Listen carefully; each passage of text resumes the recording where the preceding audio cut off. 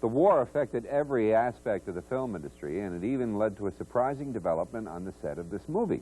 The director, Henry King, called a meeting one day, the entire cast, before the filming actually began, and he reminded them that the War Department was asking everybody to conserve resources of all kinds for the war effort. If you were around back in those days, I was only a child at the time, but I remember we had to save everything, and they did in Hollywood, too.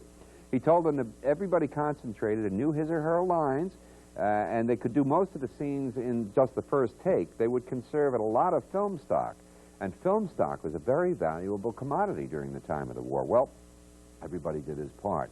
An unbelievable 30 scenes were brought in on just one take, but not all of them were done in one take. There was one very notable scene that had to go for a second take. During one of the battle scenes, when one of the pirates was supposed to be dying quietly, an extra ruined the take by letting out a yelp at exactly the wrong moment. It seems that the scene was being filmed on the studio lake, and at the same time, somebody on the back lot was practicing his golf game, and out of nowhere, this golf ball kind of sailed into the shot and hit the extra on the back of his head. It not only ruined the take, everybody laughed a lot, but everybody controlled himself finally, but it took 3 or 4, maybe more takes.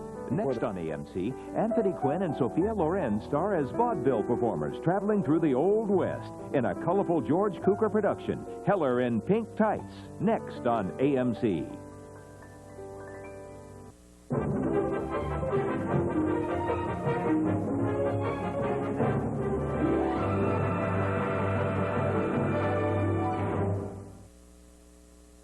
And now our tribute to George Cukor on his birthday. We've got 2 great films for you, both directed by George Cukor. Have you ever seen photographs of real people who used to live in the Old West?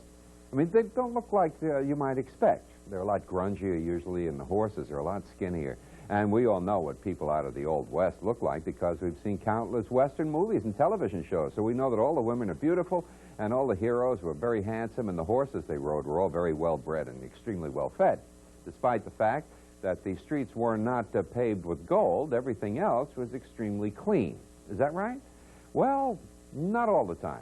When Italian producer Carlo Ponti hired George Cukor to direct a Western for his wife, Sophia Loren, Cukor went straight to work. Now, he had never directed a Western before, but the time period, the era itself interested him. So he went out and he collected a lot of old photographs of authentic cowboys and Indians, and he based the look of his characters on the real thing, which was very different for us who had never seen anything like that before. The plot revolves around a troupe of performers this time, so Cukor descended into the Paramount costume cellar, and it was he who personally picked out all the costumes, the oldest, the most threadbare garments that he could possibly find, from films that had to do with Crusaders or the American Revolution. The clothing was mended only enough to keep it from falling off the actors' backs, and for that, there was a very different look for this film. Here's Sophia Loren working with one of her favorite actors, Anthony Quinn, in Heller in Pink Tights.